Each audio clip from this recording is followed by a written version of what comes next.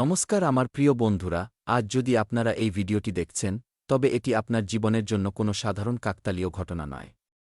হতে পারে আগামী কয়েকটি মিনিট আপনার জীবনের চিন্তাভাবনা পুরোপুরি বদলে দেবে। তাই এই ভিডিওটি প্রথম থেকে শেষ পর্যন্ত খুব মনোযোগ সহকারে দেখুন, কারণ একদম শেষে যে বার্তাটি রয়েছে, সেটি আপনার জন্য সবচেয়ে গুরুত্বপূর্ণ হতে পারে। বন্ধুরা, সময়ের চাকা এখন এমন কিছু ইঙ্গিত দিচ্ছে যা জানাচ্ছে যে দীর্ঘদিন ধরে আটকে থাকা কাজে এবার গতি আসতে পারে। যারা অনবরত লড়াই ও সংঘর্ষ করে যাচ্ছিলেন, তাদের জন্য পরিস্থিতি এখন ধীরে ধীরে বদলাতে শুরু করেছে। এমনটা মনে হচ্ছে যেন সিংহের মতো রাজকীয় জীবনযাপন করা মানুষদের জন্য ভাগ্য এক নতুন অধ্যায় খোলার প্রস্তুতি নিচ্ছে। আজ আমরা কথা বলব সেই ৫টি বড় সুখবরের, যা আপনার জীবনে নতুন আশা, নতুন আত্মবিশ্বাস এবং নতুন শক্তি নিয়ে আসতে পারে। কিন্তু এই ৫টি শুভ ইঙ্গিতের মধ্যে এমন একটি রহস্য লুকিয়ে আছে, যা যদি আপনি সময় থাকতে বুঝতে পারেন, তবে আগামী সুযোগগুলোর আরও ভালো ব্যবহার করতে পারবেন। ভিডিওটি এগিয়ে নিয়ে যাওয়ার আগে, আপনি যদি পরমেশ্বর মহাদেবকে শ্রদ্ধা করেন, তবে কমেন্ট বক্সে পূর্ণ বিশ্বাসের সাথে হর হর মহাদেব অবশ্যই লিখুন। আপনার ইতিবাচক মানসিকতা এবং আস্থা আপনার মনোবলকে আরও শক্তিশালী করে তোলে। আপনি যদি এমন অনুপ্রেরণামূলক ভিডিও, জীবনের গুরুত্বপূর্ণ সংকেত এবং পজিটিভ বার্তা সবার আগে পেতে চান, তবে এখনই এই ভিডিওটি লাইক করুন। আপনার বন্ধুদের ও পরিবারের সাথে শেয়ার করুন এবং আমাদের চ্যানেলটিকে সাবস্ক্রাইব করে বেল আইকনটি অবশ্যই চেপে দিন যাতে কোনো নতুন ভিডিও আপনার মিস না হয়। এবার কোনো দেরি না করে জেনে নেওয়া যাক সেই ৫টি বড় সুখবর কী, যা আপনার জীবনে বড় পরিবর্তন আনতে পারে। আর মনে রাখবেন, এই ভিডিওর শেষ অংশটি সবচেয়ে স্পেশাল, কারণ সেখানেই লুকিয়ে আছে সেই সংকেত যার জন্য হয়তো আপনার ভাগ্য অপেক্ষা করছে।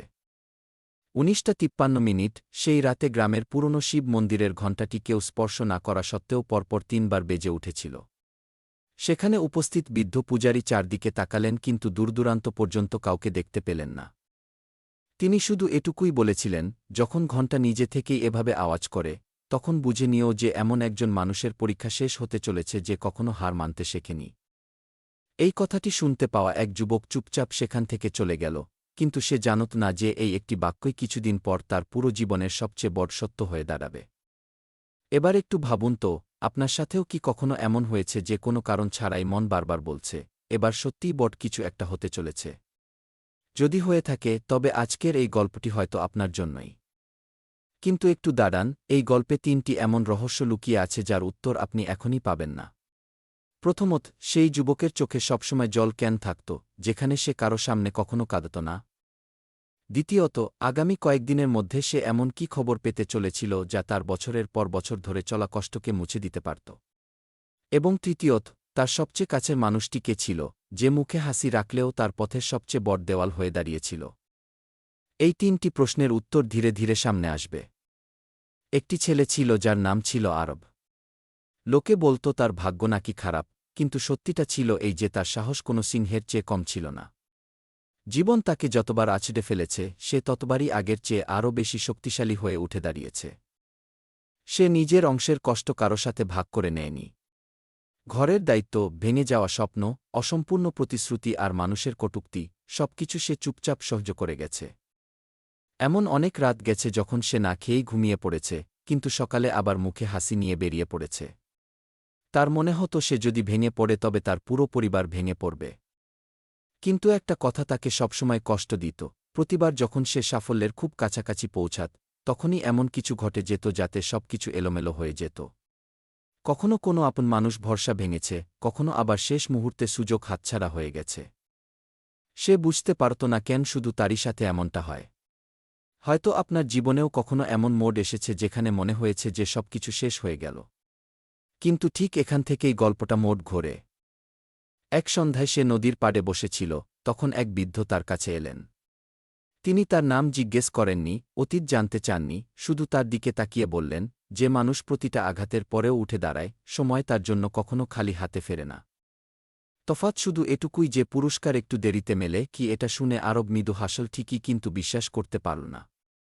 কারণ যে বছরের পর বছর ধরে শুধু লড়াই দেখেছে, তার পক্ষে আশার আলোতে ভরসা করা সহজ নয়। সেই রাতেই তার কাছে একটি ফোন এল, যা তার মনে প্রথমবার এই অনুভূতি জাগিয়ে তুলল যে হয়তো ভাগ্য এবার সত্যিই নতুন রূপ নিতে চলেছে। কিন্তু সেই ফোনের পুরো কথাটা এখনই বলব না, তার আগে আরও একটি সত্য জানা জরুরি। সেই সত্যটি জড়িয়ে আছে এমন একজন মানুষের সাথে যে সবসময় আরবের সাথেই থাকত, তাকে সাহায্য করত, কিন্তু মনের ভেতর থেকে চাইত আরব যেন কখনো জীবনে এগিয়ে যেতে না পারে। মুখে আপনভাব আর মনে হিংসা, এটিই সবচেয়ে বিপজ্জনক সম্পর্ক। আর যখন এই মানুষটির আসল রূপ সামনে আসবে, তখন হয়তো আপনার নিজের জীবনেরও কোনো পরিচিত মুখ মনে পড়ে যেতে পারে।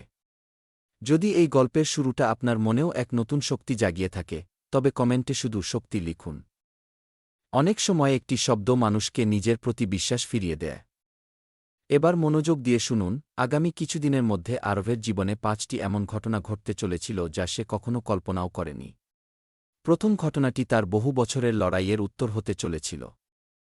দ্বিতীয়টি এমন একটি সম্পর্কের মুখোশ খুলে দিতে চলেছিল যা বাইরে থেকে মজবুত কিন্তু ভেতর থেকে এক্কেবারে ফাঁপা। তৃতীয়টি তাকে সেখানে সম্মান এনে দিতে চলেছিল যেখানে একসময় তাকে নিয়ে ঠাট্টা তামাশা করা হয়েছিল। চতুর্থ ঘটনাটি তার জীবনের এমন একটি দরজা খুলে দিতে চলেছিল যা দীর্ঘদিন ধরে বন্ধ ছিল। আর পঞ্চমটি ছিল সেই সবচেয়ে বড় বিষয়, যার ব্যাপারে মানুষ বলে যে এটি শুধু তারাই পায় যারা শেষ নিঃশ্বাস পর্যন্ত হার মানে না। কিন্তু এই খুশিগুলোতে পৌঁছানোর আগে একটি পরীক্ষা দেওয়া বাকি ছিল, যা পার না করলে যে কোনো গন্তব্যই অধরা থেকে যায়। আর এই পরীক্ষাই বুঝিয়ে দেবে যে সিংহের মতো জীবন বাঁচার আসল মানে কি। এই রহস্যই আমরা পরের অংশে উন্মোচন করব, যেখানে আরব জানতে পারবে যে তার সবচেয়ে বড় শত্রু কোনো অপরিচিত কেউ নয়, বরং সেই ছিল যাকে সে সবচেয়ে বেশি বিশ্বাস করত। আরব পুরো রাত ঘুমাতে পারল না। সেই অজানা নম্বর থেকে আসা ফোনটি বারবার তার মনে প্রতিধ্বনিত হচ্ছিল। গলার আওয়াজটা শুধু এটুকুই বলেছিল, তোমাকে খুব শিগগিরই সেখানে ডেকে পাঠানো হবে, যেখানে যাওয়ার স্বপ্ন তুমি অনেক বছর আগে দেখেছিলে। কিন্তু মনে রেখো, সেখানে পৌঁছানোর আগে তোমাকে তোমার সবচেয়ে বড় মোহ বা বিভ্রম থেকে বেরিয়ে আসতে হবে। কি ফোন কেটে গেল। সে অনেকবার পাল্টা কল করার চেষ্টা করল, কিন্তু নম্বরটি বন্ধ হয়ে গিয়েছিল। এটি কেবল একটি কাকতালীয় ঘটনা নাকি কোনো আগত পরিবর্তনের সংকেত, সে বুঝতে পারছিল না। পরের দিন সকালে সবকিছু স্বাভাবিক লাগছিল, কিন্তু তার ভেতরের কিছু একটা বদলে গিয়েছিল।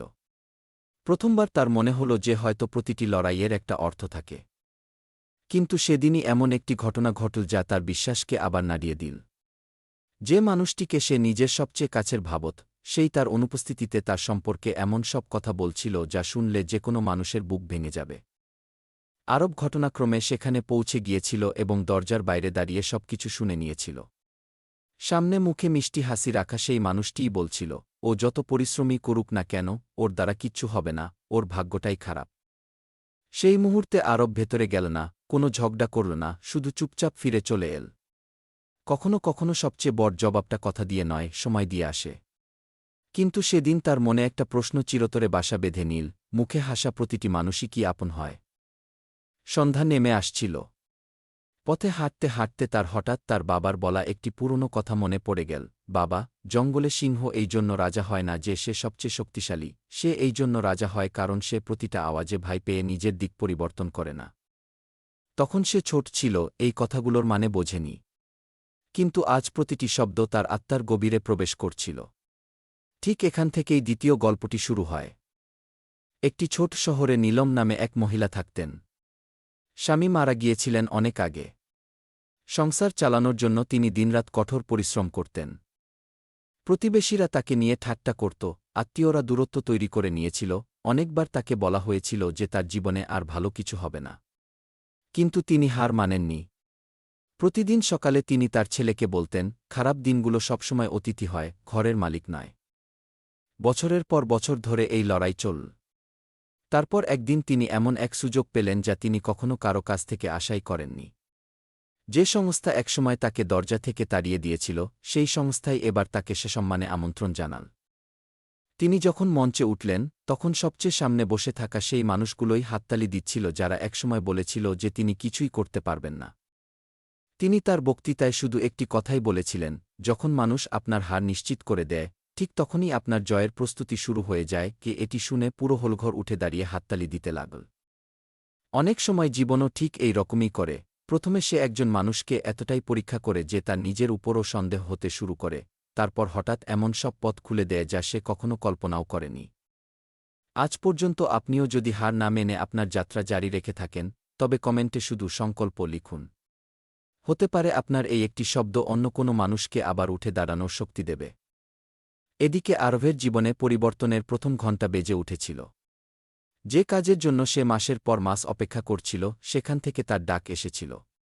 কিন্তু আশ্চর্যের বিষয় ছিল এই যে ঠিক সেই দিনই তার বিরুদ্ধে একটি মিথ্যা অভিযোগ দায়ের করা হয়।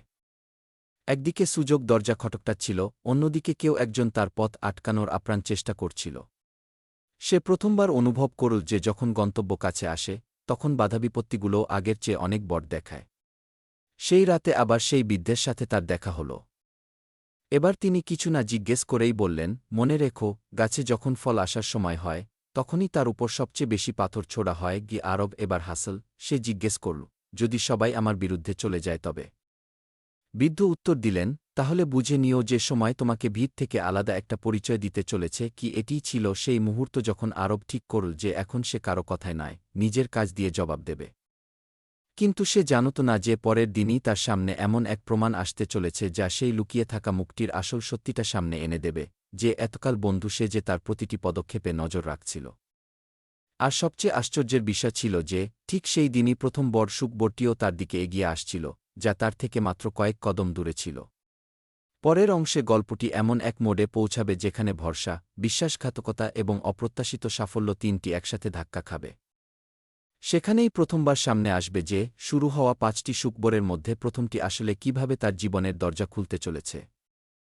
পরের দিন সকালের আকাশ একদম পরিষ্কার ছিল, কিন্তু আরবের মনে ছিল এক অদ্ভুত অস্থিরতা। অনেক সময় জীবন কোনো ঝড়ের আগে সবকিছু অসাবা।